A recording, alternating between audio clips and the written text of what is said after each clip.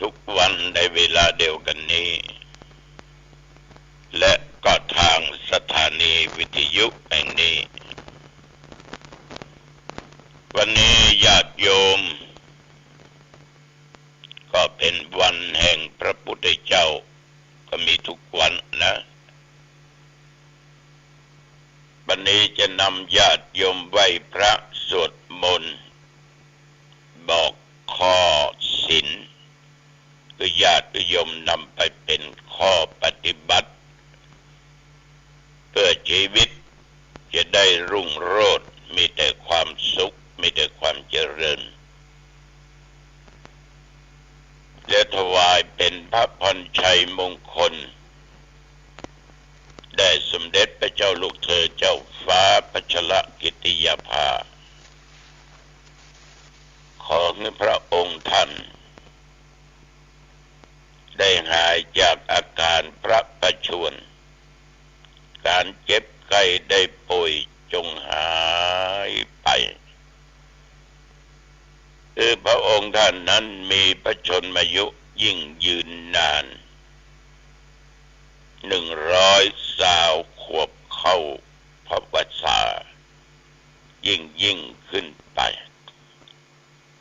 ต่อไปเอาไว้พระรัตนตรัยพร้อมกันเนอะอรหังสัมมาสัมพุทโธภควาพระผู้มีพระภาคเจ้าเป็นพระอรหันต์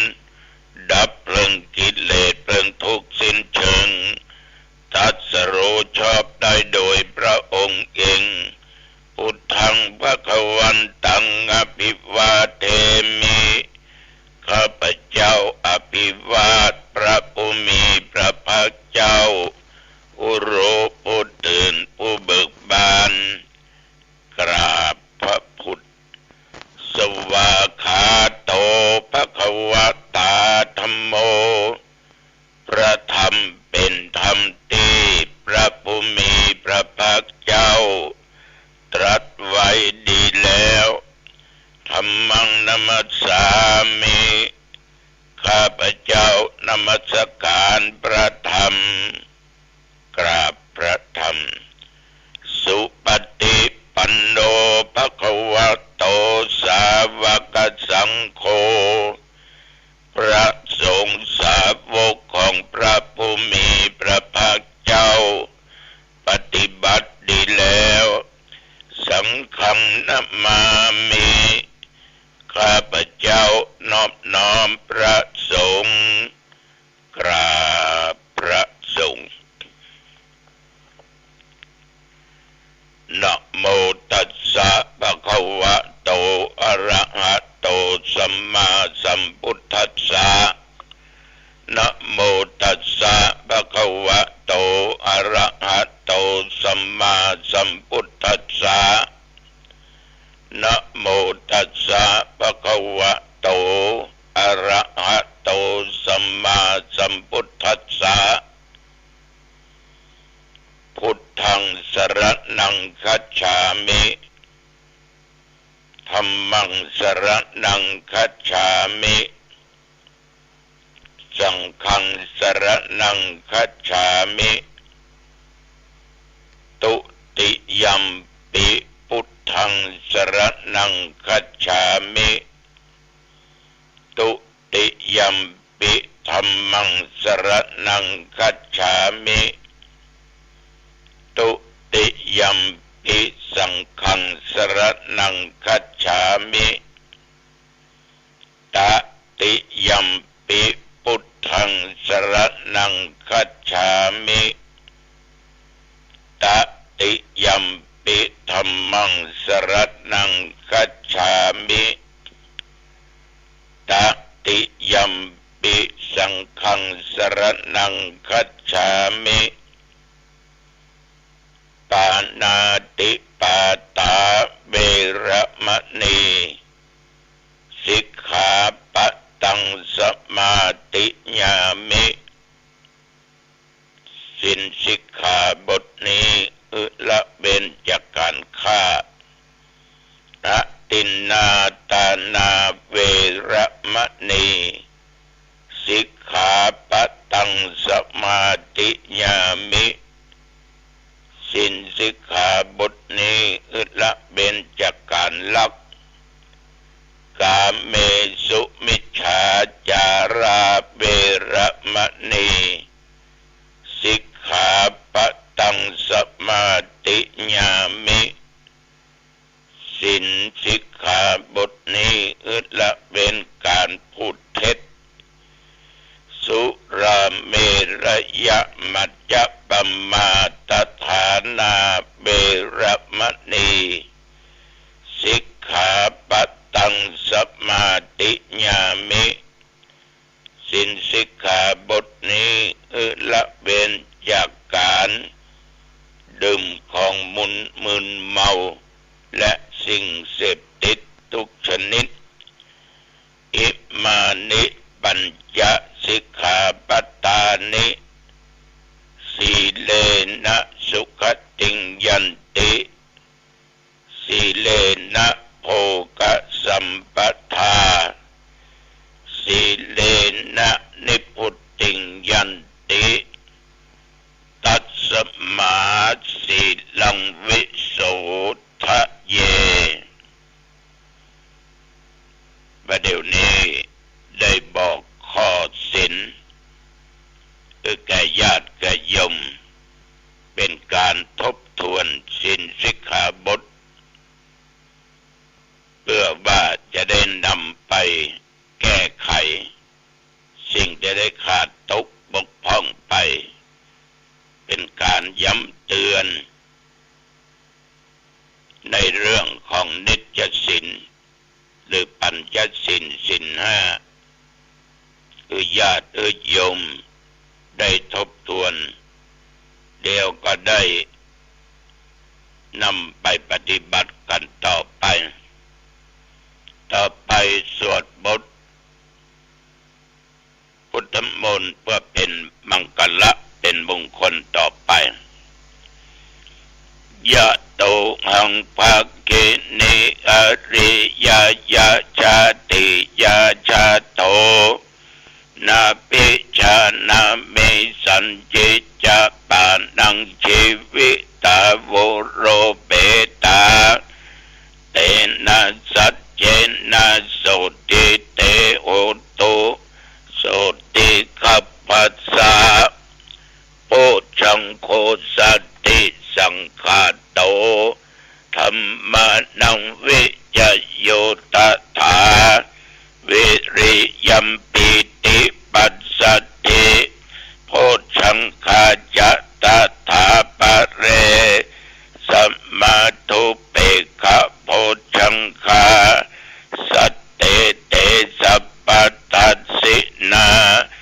มุนินาสัมมาทัคคาตาภาวิตาภาอุลิกตาสังวัตตันติอภิญญายานิพพานายาจะโพธิยาเอเตนะสัจจวัชเชนะสุทิเตโหตุสัพพทาเอกัสสมิงสัมมะเยนะโตโมคันลานันจักกัสสปังคิลาเนตุกิเตติสวาโพชังเคสัตตะเทสะญิเตจตังอภินันติตวาโรคามุตจิงสุตังคะเนเอเตนะสัจจวัชเชนะโสทิเตโหตุสัพพทาเอกทาธัมมราชาปิเกลัญเยนะปิปิริโตจุนตัตเตเลนะตัญเยวะภะนาเปตวานะสัทธรังสัมโมดิตวาจะอาภัตตาตัมหาพุทธาสิทานะโสเอเตนะสัจจวัชเชนะ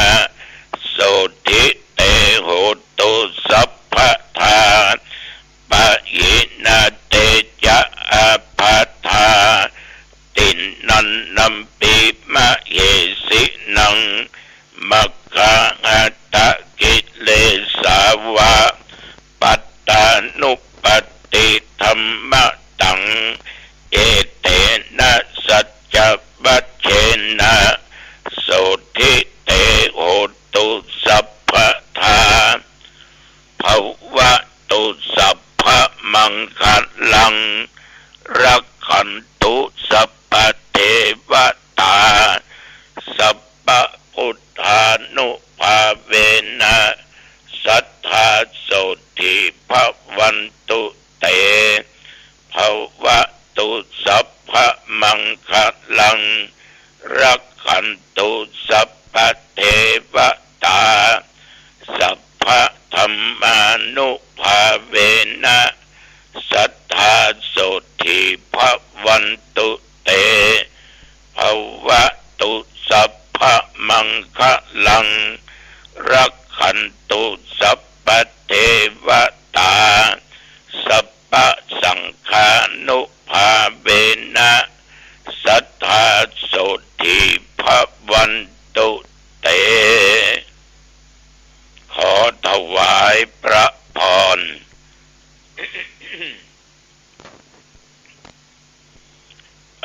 ตวากรมอุตุได้ประกาศบอกว่าระมัดระวังเนอะเรื่องฝนเรื่องลมเรื่องบีบอาจจะตกมาเป็นบางที่บางแห่งแต่ว่านับตั้งแต่ตะวันวามาจนถึงปัจจุบันบัดเดี๋ยวนี้บริเวณวัดหนองตองใกล้เคียงนอมีฝนตกมีลมแรงแต่ว่าอากาศร้อนอุณหภูมินั้นพุ่งขึ้นถึง42องศาแต่ปัจจุบันบัดเดี๋ยวนี้อุณหภูมิ22ที่ห้องที่บนเตียงนี่นะ พอออกรายการวิทยุที่บนเตียงเรียกว่าเตียงอเนกประสงค์ใจนั่งใจนอนใจพักผ่อนใจเป็นที่จักลอกออกกำลังกายบริหารร่างกายใจเทศบันทึกเสียงธรรมะใช้ในการถ่ายทอดธรรมะรายการสดอย่างเวลาประเดี๋ยวเนี้ยนั่งเนี่ยหรอเอาหมอนสี่เหลี่ยมนี่ไว้ตั้งหลังก็นั่งอิงนะ ที่ญาติโยมไปแล้วก็ได้ถามก็ได้บอกกันไปแต่ว่านี่กินก็ง่ายแล้วเป็นงานสืบชะตาคนเฒ่าพ่อจันก็หลานจินาบ้านขุนโคงหลวงลงอายุเพิ่นได้91เปิ้นกับลูกเต้าหลานเหลนขอนิมนต์ไว้เมินละไปเจริญพุทธมนต์สืบชะตานิมนต์เทศธรรมศาลากาลิวิจารณสูตรฉบับแบบเก่าแบบเดิมนี่นะ มันก็ยาวเหลือใบไป2-3 ใบก็ประมาณ5 หน้ากว่าถึงหมดมันอยู่มี13 หน้าถ้าอันใหม่นี่ก็6-7 หน้าอันนี้กินหม้อแต่ว่าก็เทศคนเฒ่าเพิ่นก็ตั้งใจฟังขอนิมนต์แล้วก็เปิ้นก็นิมนต์ทุกเจ้าพระเนน10 กว่าตนเจริญพุทธมนต์แต่ว่ามีญาติมีโยมญาติกาคนที่เคารพนับถือนั่นไปร่วมเป็นร้อยคนเดี๋ยวก็ตานไปให้กู้ชีวิตที่เป็นจากไปก่อนนะที่เป็นจากไป ลวดชันเพ็ญเนี่ยที่หั่น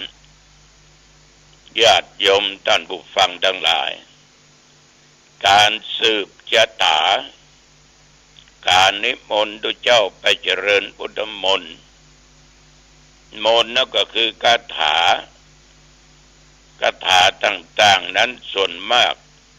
ก็เป็นมังคละเป็นมงคลแล้วก็เป็นคำสอนโดยอย่างอาเสวนาจะปาลดังปันติตานันจะเสวนาปูชาจะปูชานิยานังเอตัมบังกลมุตตมังตามสารวิธีจะขึ้นบ้านใหม่จะเนี่ยยังถ้าถึงขึ้นต้นบทอาเสวนาเจ้าภาพจุดเตียนที่บาทน้ำมนต์อาเสวนาจะพาละนังการประคบคนพาลเนี่ยบัณฑิตะนันตะเสวนาคบบัณฑิตเนี่ยบูชาจะบูชาเนยานังปูชาสิ่งที่ควรบูชาเอตัมบังกลมุตตมันเป็นมงคลอย่างยิ่งเนี่ยมันเป็นคำสอนนะมันเป็นคำสอนว่าคนบดีคบคือคนพาลคนอย่างใดชวนไปในทางบดีนั่นน่ะจักไปในทางบดีนั่นน่ะทำในสิ่งบดีนั่นน่ะบดีคิดบดีนำความเดือดร้อนนำความหายนะเกิดแก่ครอบครัวและตัวเองทำให้เสียถึงชื่อถึงเสียงเพราะคนพาลเป็นคนบดีฉะนั้นอาเสวนาเอาเลยไปเสวนากับคนพาลคบบัณฑิตพาไปหาผลคบคนพาลไปหาผิดคบบัณฑิตพาไปหาผลบัณฑิตคือคนที่หูและมีสติมีปัญญามีศีลมีธรรมมีกล้าความรู้อย่างเดียวเนี่ยจะเป็นบัณฑิตย่ำได้เด้อต้องมีศีลธรรมความรู้บางอย่างอาจจะเป็นคนพาลก็ได้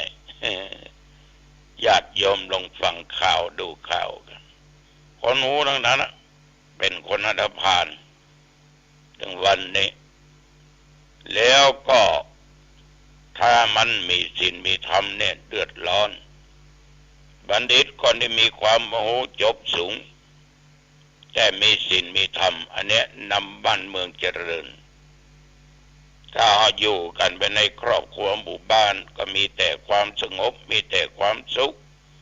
เป็นตำบลอำเภอจังหวัดระดับประเทศชาติในโลกก็มีความสุขเพราะมีคนที่หูที่ลวกและมีศีลมีธรรมบูชาสิ่งที่ควรบูชาเอาบูชาไหว้พระสวดมนต์พระพุทธเจ้าพระธรรมพระสงฆ์บูชาพ่อบูชาแม่ครูบาอาจารย์อุปชัยยะหมู่นี้สมควรที่จะต้องบูชากราบไหว้ญาติโยมทั้งหลายนอกนั้นก็ต้องพิจารณาด้วยสติและปัญญา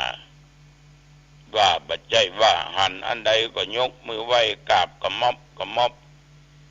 เปิ้นไหว้ต้นไม้ตัวก็ไหว้ต้นไม้เปิ้นไหว้ใบหินตัวก็ไหว้ใบหินเปิ้นไหว้จอมปลวกตัวก็ไหว้จอมปลวกตำราตำลุนเปิ้นเอาปลาเยียนเปลือกมาไว้ในกะละมังกับปลากันไว้ปลายปอเอาน้ำที่ปลาเยียนมีฮะมากินนะพอกำกึดมันไหว้สิ่งที่ควรไหว้เอาที่ใกล้ตัวที่สุดไหว้พ่อไหว้แม่เนี่ยปูชาคุณพ่อปูชาคุณแม่แล้วมาไหว้ตุเจ้าพระเนรเนาะเพราะตุเจ้าพระเนรก็มีพ่อมีแม่ไหว้ตุเจ้าพระเนรไหว้พระธรรมคำสอนของพระพุทธเจ้า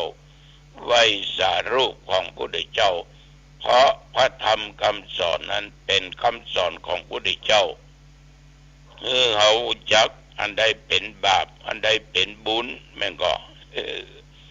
อันใดเป็นหนทางสู่สวรรค์เมืองนิพพาน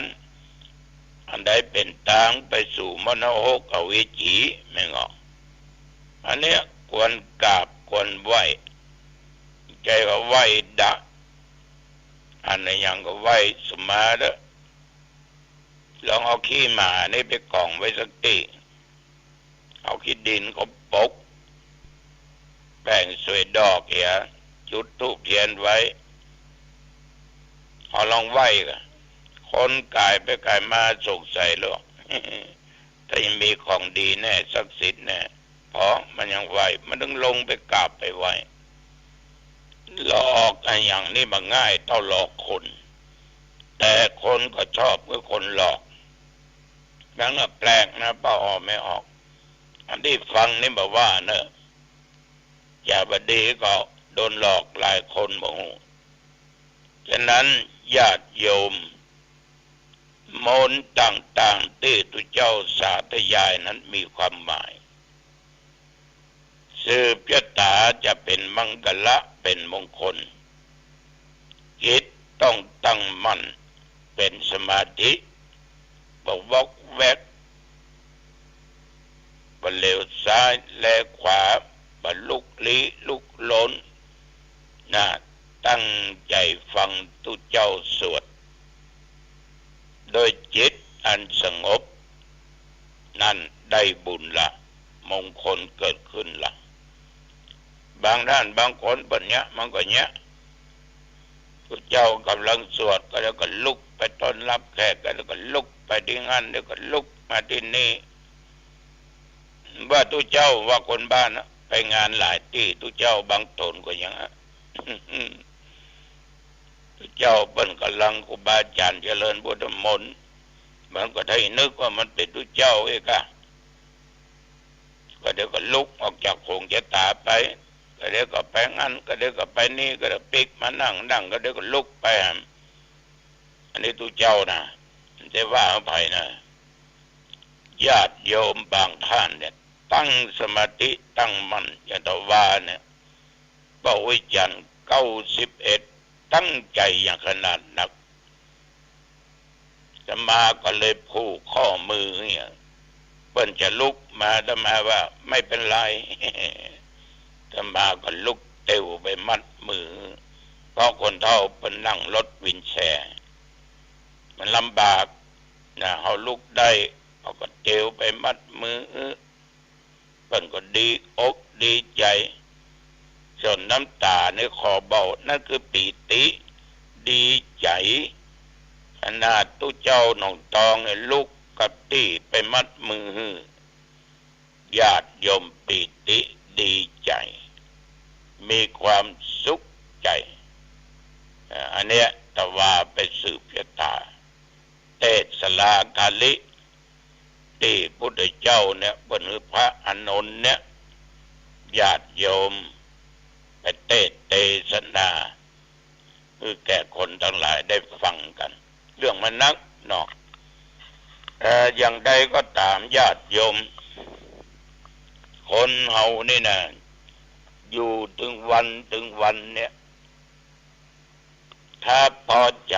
สิ่งที่มียินดีสิ่งที่ได้บ่เกิดทุกข์สิ่งใดก็ตามที่เฮามีสิ่งใดก็ตามที่เฮาได้มันจะมีความสุขบ่เกิดทุกข์เพราะว่าทรัพย์สินเงินทองสิ่งของยศถาบรรดาศักดิ์ตำแหน่งหน้าที่จะเป็นพ่อบ้านแม่บ้านอสมเนาะสทสจสสเป็นอย่างก็ตามเถอะถ้าว่าเอาพอใจในตามสิ่งที่เขามีอยู่ได้มาอยู่เนี่ยมันจะมีความสุขยินดีตามที่ได้มันก็มีความสุขบ่เกิดทุกข์แต่ว่าสุขจะเกิดถ้าเป็นท การบ้านการเมืองก็ต้องทำไปตามหน้าที่อันนั้นแหละจะมีสุขถ้าทุจริตต่อหน้าที่อันนั้นแหละจะเป็นทุกข์ฉะนั้นสิ่งเหล่านี้จึงขอฝากไว้กับญาติกับโยมขออนุโมทนาเนอระว่าคุณอั้งเมืองชนได้โทรมาบอกว่าหลวงปู่ห้องฉุกเฉินโรงพยาบาลนั้นหมดหรือยังโอ้โหตอบว่ายังไม่หมดยังต้องการปัจจัยอีกหลายล้านของบุญคุณโยมก็บอกว่าอย่างนั้นผมเอา1 ห้องนะมัน1,200,000ก็นะโยมผมเอาเจ้าน้องตองดีอกดีใจสักวันหนึ่งก็จะได้นำปัจจัยไปถวายให้หลวงปู่เอาห้องฉุกเฉิน1 ห้อง1,200,000 กว่าบาทโอ้ปั่นรวยด้วยทรัพย์รวยด้วยสติรวยด้วยปัญญาเบิ่นรวยเนาะเบิ่นตาลอย่างอี้แต่เนาะเบิ่นหูว่าตุเจ้าเอาไปทำสิ่งที่เป็นประโยชน์ต่อคนทุกๆคนทุกชั้นทุกวรรณะเป็นการช่วยเหลือยืดหยุ่นชีวิตคนเลยเอา1 ห้อง1,200,000 กว่ากองบุญนุโมนานักเน้อจมอังเน้ออย่างแม่อุ้ยเขาทั้งหลายเนี่ยที่ธรรมาได้กล่าวนามไปนั่นนะก็ต้องขอขอบใจต่อทุกท่านทุกคนแม่จันตาพวงแดงนะ1,040ของบุญมาถึงลูกถึงเต้าตานไปหาพ่อปานแม่น้อยเนาะอันนี้เปิ้นอยู่บ้านสันมะฮุกฟ้าสังกำแพงนโมทนาเนอแม่อำไพกองลาดบ้านแม่คือช่วยตุลุงแปลงสลาที่ปฏิบัติธรรมโอ้ได้บุญเหมือนกันเนอะจะตานไปหาพ่อจันแม่คำปันและก็นายจักคำนายบุติพลกองราชขอไปรอดไปถึงเนอแม่อุ้ยจำการคนซื่อคุณอินคำคุณอินสอนสุรพรอันนี้ก็ตานไว้ไปหน้าตานอเตบุตรเทวดาเนาะแล้วก็แม่บัวคำสุจริต1,000 ก่อนบุญแม่แก้วดีกเกษมดอยสะเก็ด1,000 ของบุญแม่แก้วดีนี่ตานไปหาป้อนหันแก้วหรอกขออนุโมทนานักเนื้ออายุวันโนสุขังพลังด้วยเด้อเอาละญาติโยมท่านผู้ฟังบางท่านถามว่าวันเกิดปีนี้ตุลุงจะทำก็กำลังพิจารณานะแต่จะทำเนี่ยทำเหมือนนัก1จะตั้งทำหลวงฟังเทศน์มหาญาติเป็นการสืบชะตาตัวเอง2จะต้านโกยสลาก 3จะทำบุญขายวันเกิดต้องการเป็นกองทุนของคณะสงฆ์ช่วยเหลือโรงเรียน2 โรงเรียนด้วยกันแล้วก็โกยสลากพัฒนาวัดญาติโยมจะทำสิ่งที่เป็นสาธารณประโยชน์เพื่อตัวเองได้บุญได้กุศลอันนี้ยังพิจารณาอยู่เนอะถ้าวันใดแท้จริงจะประกาศเอาละวันนี้เวลาพอดีแล้วเนอะอายุวันโอสุขังพลังพบกันใหม่โอกาสหน้าเจริญพร